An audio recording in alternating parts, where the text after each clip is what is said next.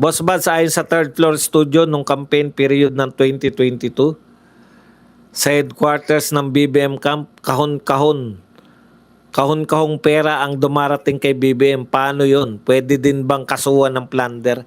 Alam niyo po, real talk po yan. Lahat po. Wala pong politiko na magsasabi na wala sila, na yung perang ginastos nila, sarili nilang bulsa. Hindi po. Marami po nga kumikita eh. Kaya wag po kayo magtaka kung bakit po may mga talo ng abogado, talo ng politiko na takbo pa rin ng takbo, lalo na yung presidential. Talo na ng talo, takbo pa ng takbo. May kakilala nga ako eh, natalo eh, natambakan eh, nagpasalamat pa eh, tuwan-tuwa pa pagkatapos nag-world tour. Malaki po ang pumapasok na pera dyan, lalo na kung ang inyo pong tinatawag nating rating sa survey, yung makatotohanang survey ay number 1, 2, 3. Sino po nagsabi niyan? Si Senator Miriam Defensor Santiago. Kailangan nilang mapakulong si Senator Marcoleta para hindi maka-attend na impeachment trial kasi alam nilang gigisahin sila sa trial. Correct. Ako yan yung tingin ko talaga rin. Si Marcoleta po magiging tinik nila sa trial. Hindi po nila may ilulusot.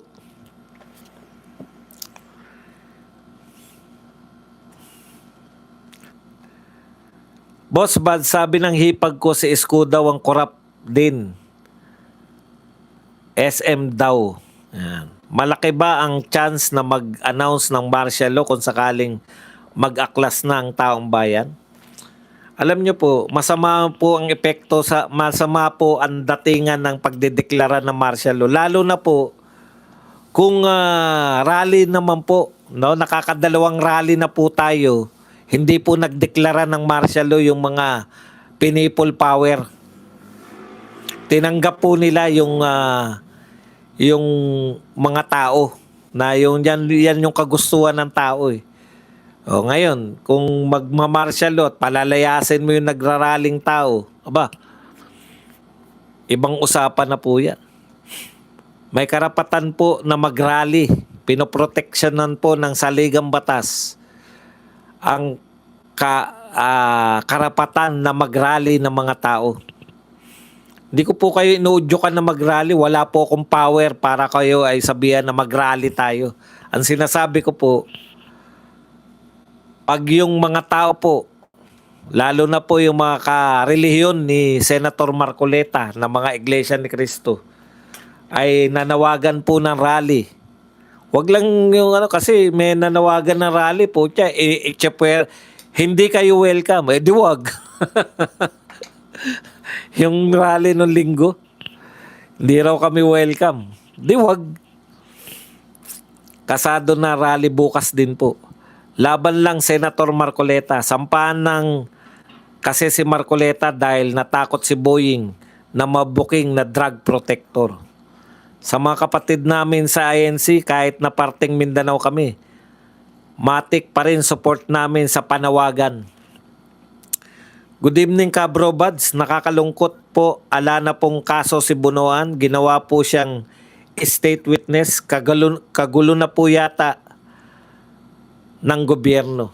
Tapos yung mga nakatalaga po, si Erwin Tulfo po, tahimik po sa pag-imbestiga.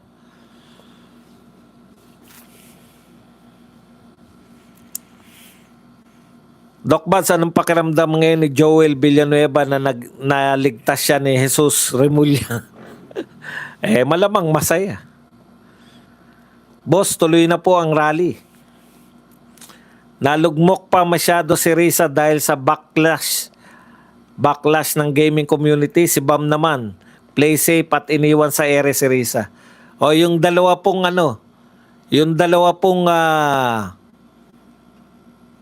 balak tumakbong presidente, si Bam Aquino po tsaka si Risa Ontiveros. Ginagamit po tong Tacloban shooting para po magpanukala na mawalang katotorang panukala. Kailan po naging masama ang maglaro? Lintik kayo. Lutasin nyo. Wala po nag-iisip. Ako po, real talk po. Anong uri ng mga senador ito? Wala po nag-iisip. Nasisihin yung may-ari ng baril. O sige, palagay na natin na kayo po, yan pong mga yan ay ayon po sa ating batas. Minor de edad. Bawal parusahan. Huwag ka nang magdahilan, Kiko. Yan yung nakalagay sa batas mo. Walang parusa ang minor de edad.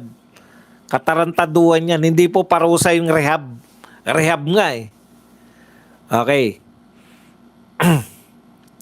Ngayon, eto po. Wala bang nakaisip sa inyo na gumawa ng batas para parusahan yung mga may-ari ng baril, lalo na kung kamag-anak yan? Kasi po, kung may parusa po ang may-ari ng baril na gagamitin po ng minor de edad, itatago niya po na maigi yan, hindi yung pakalat-kalat lang. Alam niyo po, dyan po nagsisimula ang lahat eh. Yan nga yung challenge ng mga kabataan eh. May mangyayari ba sa amin? Kaya kita niyo po nung hinuhuli yung 15 anyos, ano sabi niya, makukulong po ba ako? Yun kagad eh. Yun kasi yung challenge nila sa sarili nila, hindi tayo mapapaano. Inaabangan po yan ng mga lokong bata. Ano mangyayari dyan sa mga yan? Pag wala pong nangyari dyan, nakita nila na laya after 1 year.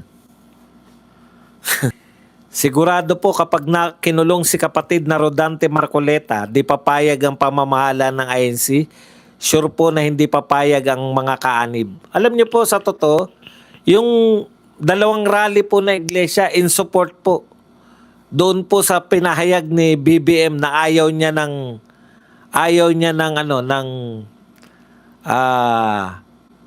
impeachment. Kasi alam ng mga iglesia, magkakagulo, mahahati ang Pilipinas eh. Kita nyo, hating-hati na ngayon. 'Di ba?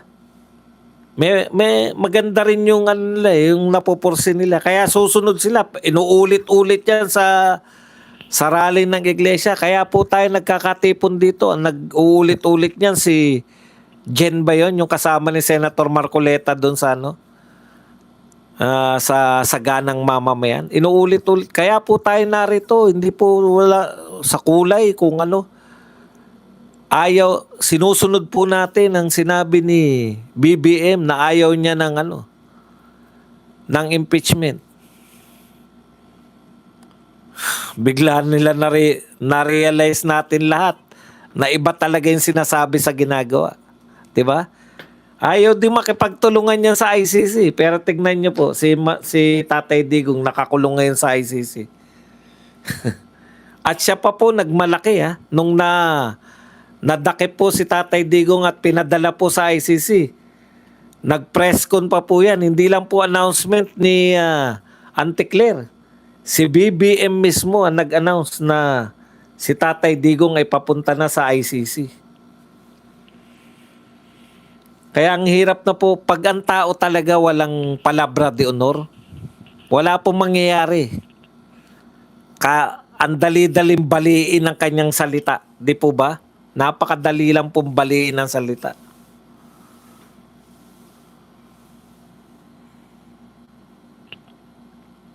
Baka ang ituturo ni Bunuan Boss Buds ay langgam. Nakakatuwa tong presidente, no? Tsaka yung isa si Boy Tokis. Wala nang ginawa kundi magturo eh. Grabe na to. Garapalan na ngayon. Kayang-kaya nilang mag-imbento ng kaso laban kay Senator Marcoleta. Bangag nga ni mukhang may kompetisyon na si Lito Lapid sa pananahimik at yan ay si Erwin Tulfo. Erwin, kumibo ka naman. Kailan? Kailan ka, Erwin? Kailan ka mag-iimbestiga?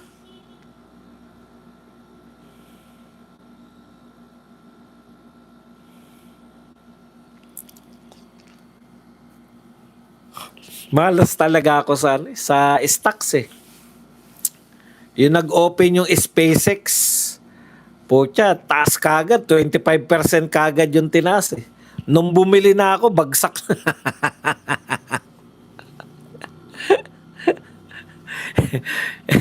Ako lang yata ang habang tumatagal sa stocks, lalo nalulugi. Lumalapad na tuloy. Buhat to si Donald Trump ang lintik na naupo.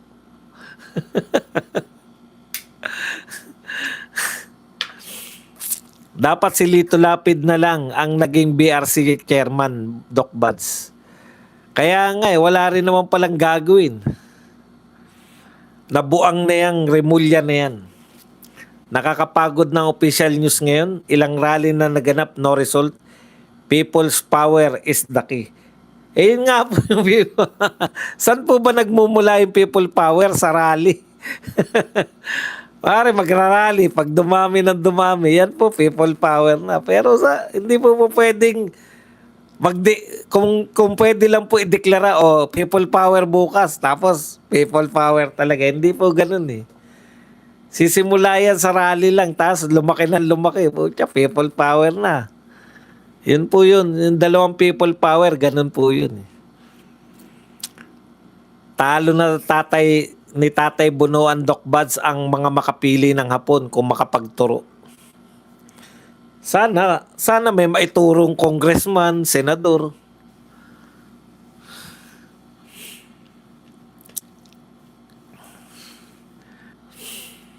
Nananahimik po si Bendalo. Baka nasa Bendalegs. Hindi ba pwede din kasuhan si Jesus Remulla? Impeach nyo po muna. Impeachment po muna. Kasi ano yan eh. Impeachable official. So impeach muna tapos kakasuhan.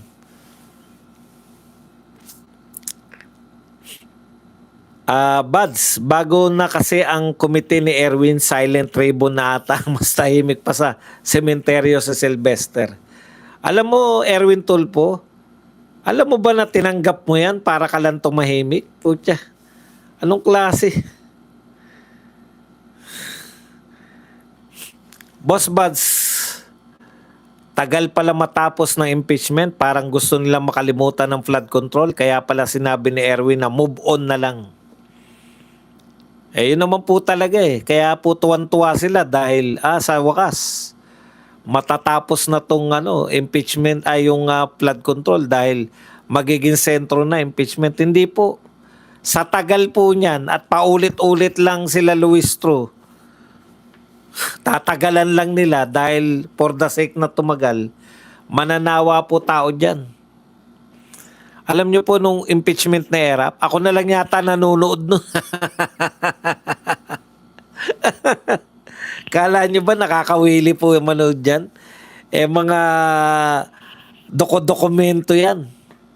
Hindi po yan katulad ng mga flood control hearing na ma-action. Yung tuturo, ito po, nag-deliver po kami ng maleta. Hindi po ganyan ang aksyonan dyan. Ang aksyonan dyan, ganito, bibigyan ko kayo na halimbawa. Sa mga hindi po nakanood ng mga, baka feeling ninyo parang kasing aksyon ng mga investigasyon yan. Hindi po ganyan yan. Durugan kayo ng boringan yan. Kasi, tignan po natin to, Article 3, dito po sa third paragraph po ng Annex B, B1. Sasabihin naman nung tignan mo kung ano yung ginagawa. Tatlong buwan yan. Susuriin ninyo. Nanood ba kayo ng hearing ng House of Representatives? Ganyan po kabuo. Hindi po yan katulad ng baka sabihin ng mga tao, flood control naman, puta, nakakainip na tong hearing na, na to. Nakakainip tong impeachment trial. Galit na galit ako, tiyaga ako dahil tuwan-tuwa ako dyan eh. Pag nagbabatikosan eh. Boss, ngayong alam mo na po na may rally bukas, magugulat na lang po na lang, puno na EDSA. Pupunta naman po ako bukas. Pag may nanawagan po. Alam nyo, nung linggo, gusto ko pong pumunta eh. Pero nung nagsalita po yung mga may-ari ng EDSA, na hindi raw po welcome yung mga DDS, ba't ko pagpipilitan ng sarili ko dyan? Mamaya, ma-high blood pa ako sa lintik na yung mga... Alam ko na po yan. Yung mga panawagan nila, BP Sara, patalsikin, no? Kung ano pa man. Kapag pro-admin ng mga kaso ay palaging naka-freeze. Kapag anti-admin, instant yung mga kaso. Kilala ko yung mga nakasama ni Ate Inday Sara Duterte sa isang videoke party. Mga batchmates nila yun sa PWC of Davao Elementary High School. Baka ipatawag din niya ni Jerbil sa kangaroo hearing niya, lol. Hindi na po niya hearing to. Trial na po to. Nasasaktan kami pag sinaktan bahagi ng katawan namin, walang ninakaw kapatid namin. Opo, ako po naniniwala ko na wala po. Alam niyo po ang ugali ng mga magnanakaw. Ano po yan? Bakit siya mag-iimbestiga? Kasi nga, kayo nga, kung magnanakaw po si Marcoleta, bakit po siya mag-iimbestiga? Ang tendency po ng magnanakaw, makikisama ka sa mga kapwa mo magnanakaw. Kaya po si BP Sara, ang tigas niya, di ba? Bakit siya hindi na? Lahat po, wala po sa katangian na magnanakaw yung ginagawa ni BP Sara. Yung lalabanan mo yung mga may control ng budget. Ang mga magnanakaw po, sip-sip sa may control ng budget. Yan po ang katotohanan.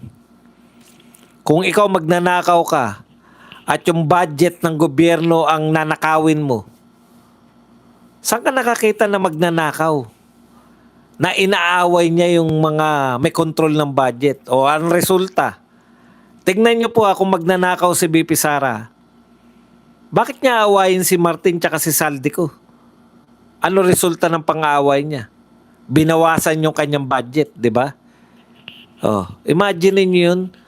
Ang ugali po na magnanakaw, sisip-sip siya sa may control ng budget para lumaki yung budget niya. Nang sa ganun, lumaki yung nanakawin. Yun palang, ganun po yung logical consequence. Wala pong magnanakaw na aawayin yung may-ari ng budget. Nakasalalay sa budget yung nanakawin mo. Mas malaki ang budget mo, mas malaki ang mananakaw mo. Ano ang tendency mo? Sumipsip ka ron sa mga may control ng budget. Ginawa ba ni BP Sara yan? Inaway niya.